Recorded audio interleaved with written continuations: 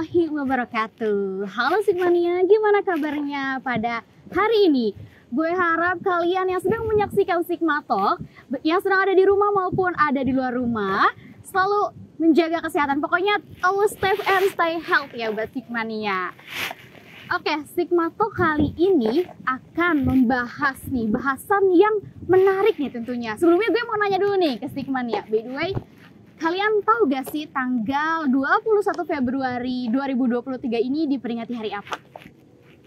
Ya, tanggal 21 Februari 2023 diperingati Hari Sampah Nasional atau Hari Peduli Sampah Nasional HPSN 2023. Oke, menurut PPID Kementerian Lingkungan Hidup dan Kehutanan, HPSN 2023 ini dimaksudkan untuk meningkatkan kepedulian dan kolaborasi semua elemen masyarakat tentang pengelolaan sampah dengan perspektif iklim, yaitu ketahanan ekologi, ekonomi, dan sosial masyarakat.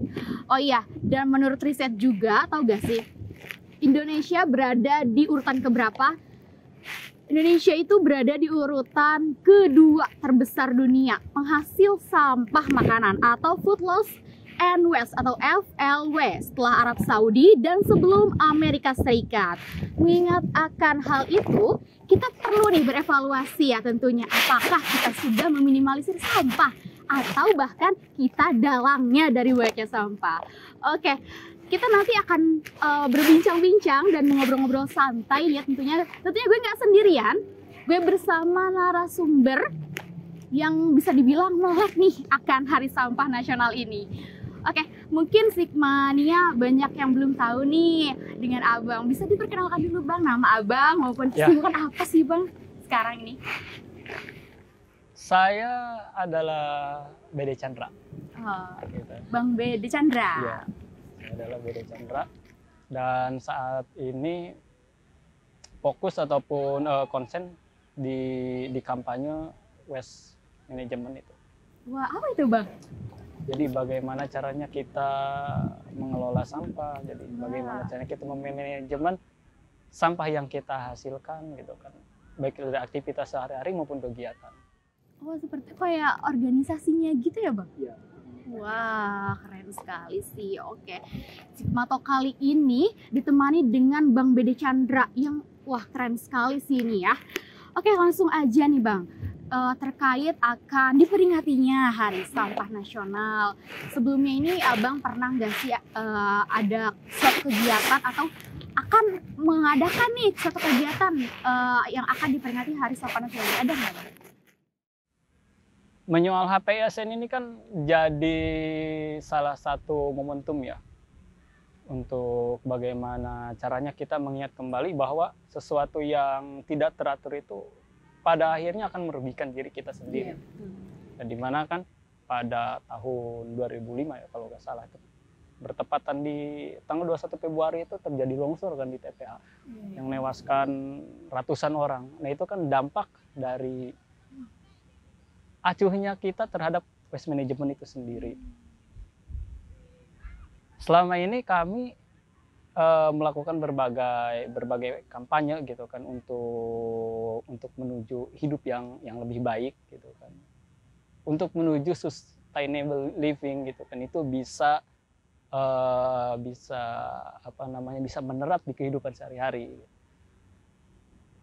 Pada tahun lalu gitu kan, nah kami memperingati dengan cara clean up gitu kan, clean up di Labuan khususnya di Teluk gitu kan.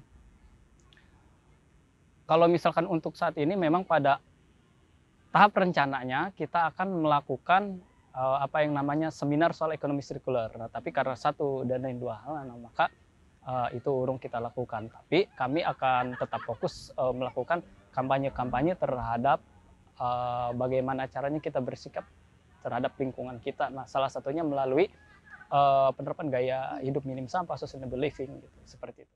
Wah, berarti sebelumnya pernah ada kegiatan clean up ya di Labuhan, dan tahun sekarang mungkin mau ada kampanye-kampanye ya Bang ya? Wah, oke. Menarik sekali, keren banget Abang BD Chandra ini. Oke, kalau menurut Abang nih, apa sih alasan pemerintah ini mencanangkannya HPSN 2023 dan mungkin menurut Abang apa sih kiat-kiat dari masyarakat ya tentunya yang ditinjau dari masyarakat nih, kiat-kiat apa sih agar masyarakat ini sadar gitu bahwa sampah ini banyak efek negatifnya loh, banyak dampak negatifnya loh. Menurut Abang seperti apa?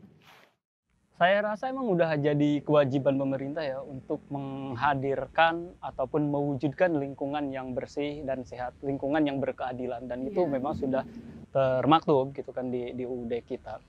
Nah itu kalau dari perspektif pemerintah gitu, ya udah gak bisa diganggu gugat lagi tuh. Ya memang udah kewajibannya toh gitu kan kalau pemerintah.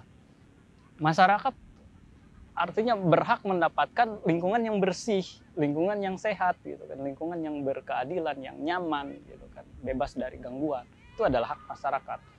Nah dan tentu saya rasa HPSN ini salah satu upaya pemerintah untuk menuju hal situ. Gitu. Ya kalau ngomongin soal sampah sebenarnya ada banyak yang harus kita bedah gitu kan ini, karena biar bagaimanapun juga ini soal culture gitu. Iya, betul banget. Soal culture. Kita sedari SD, sedari pendidikan dini itu udah disetting otak kita untuk bagaimana caranya sampah ini dibuang. Iya. Gak jarang kan kita temuin buanglah sampah pada tempatnya. Padahal kan itu satu pemikiran yang keliru. Wah. Oh, iya dong, keliru dong. Untuk saat ini kita buang sampah pada tempatnya aja nggak cukup. Itu masih bisa katakan merusak lingkungan. Kita butuh lebih dari itu. Nah, apa ininya? Ya kita harus mengganti harusnya slogan itu. Kita ganti. Ya bisa aja misalkan ya pilahlah sampah gitu kan dari rumah gitu kan, pilah sampah sedari dini gitu kan. Karena ya sampah itu ya sesuatu yang bukan harus dibuang gitu, dia punya nilai guna gitu kan. Dan salah satu cara yang sesederhana mungkin yang bisa kita lakuin itu dengan menerapkan pola hidup minim sampah, menerapkan pola hidup sustainable living gitu. Ya, artinya kita bertanggung jawab atas sampah yang kita hasilkan. Nah, gitu.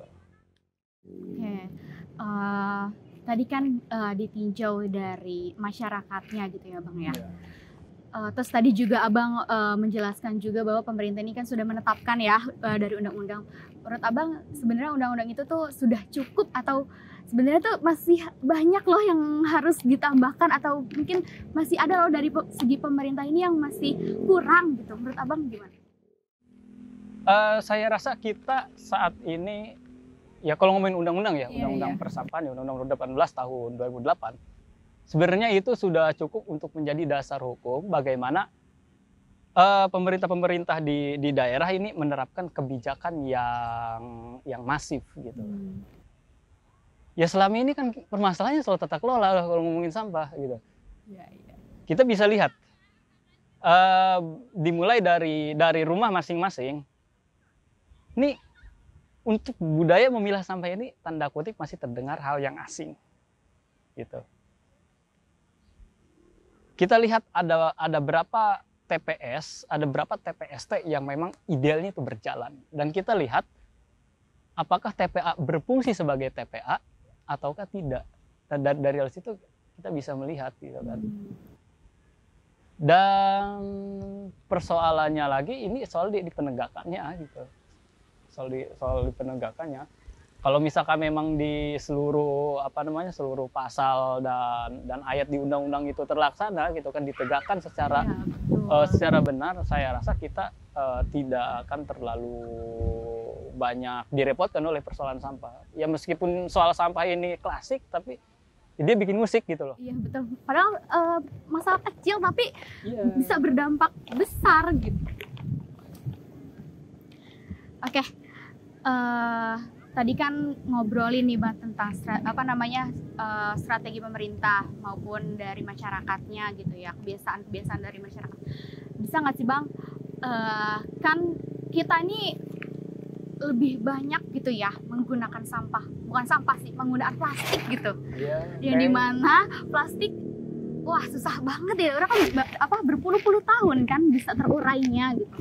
Kalau menurut abang nih, bisa nggak sih kita nih alokasikan nih plastik ini dengan penggunaan bahan yang dapat didaur ulang?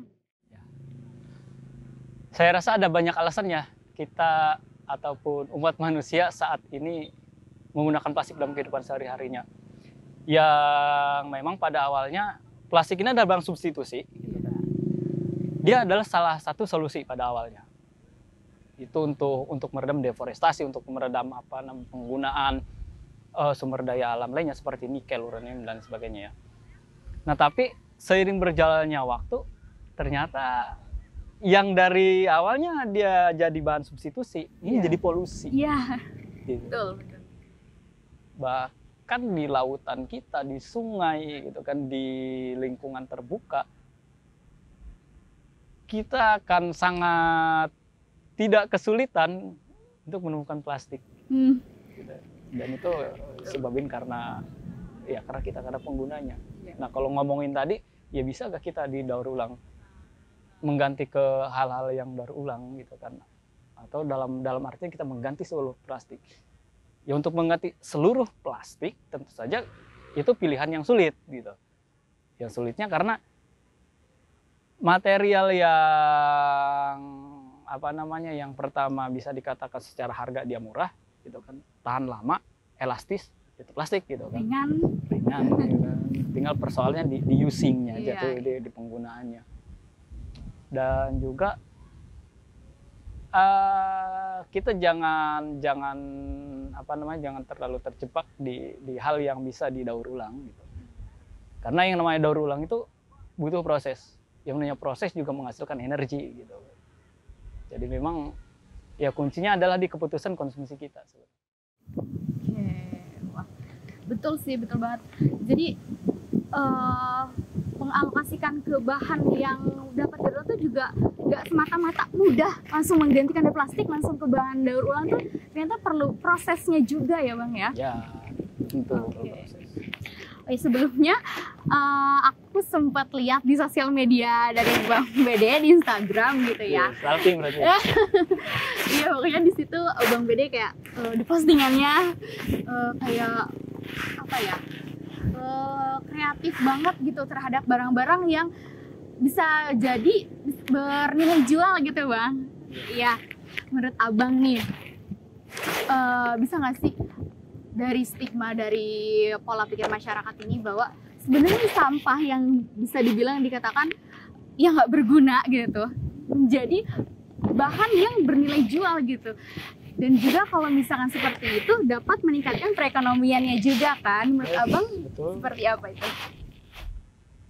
Iya, kalau menurut saya ya bisa banget dong. Gitu. Kiat-kiatnya gitu bang. Karena kan tadi itu bisa dilakuin kalau misalkan paradigma kita sudah terbangun. Gitu. Menganggap sampah ini bukan sesuatu yang harus dibuang, tapi memang dia punya satu nilai guna. Iya. Gitu. Nah tadi salah satunya selain didaur ulang ya pada umumnya juga memang bisa kita kreasikan menjadi sebuah nilai karya seni gitu atau itu. Nah tapi apakah itu solusi yang bisa diterapkan secara massal gitu? Ya tentu jawabannya bisa iya bisa enggak gitu. Karena pada akhirnya apa yang kita lakukan juga jadi sesuatu yang tidak terpakai juga. Sebelumnya abang tertarik nih seperti itu gara-gara apa itu bang? Mungkin karena melihat ataupun wah kayaknya ini bagus deh atau wah jadi kepikiran nih buat dijadiin sampah menjadi barang yang unik gitu. Awal mulanya gimana itu bang? Menyoal itu memang karena hobi ya berangkat dari hobi gitu kan, berangkat dari hobi terhadap karya-karya seni gitu kan, seni rupa. Oh seniman ya? Ya bukan seniman juga, terlalu tinggi lah kalau seniman gitu. Cuman orang yang senang saja gitu kan terhadap aktivitas seni rupa. Nah maka saya mencoba tuh ngegunain instrumen itu untuk mengampanyekan bahwa ayo dong gitu kan ya kita jangan buang sampah kita gitu aja gitu. masih ada nilai yang masih bisa kita manfaatkan sebelum akhirnya dia ke TPA gitu. Nah, kalau misalkan dia yang punya latar belakang ataupun punya hobi di seni, ya gunakan instrumen seni itu gitu. Jadi sesuai dengan apa yang kita bisa gitu kan, apa yang kita mau lakuin gitu. Intinya mah ya dimulai dari diri kita sendiri sih memang sebenarnya, dibangun dari kita sendiri gitu, sadar akan ternyata sampah juga tidak hanya dipandang ya udah tidak barang yang tidak berguna gitu kan. Oke, mungkin kita masuk ke pertanyaan terakhir ya Bang ya. Mungkin dari Abang, aku mau minta untuk kita bersama juga sih saran maupun masukan nih dari Abang dengan diperingatinya Hari Sampah Nasional.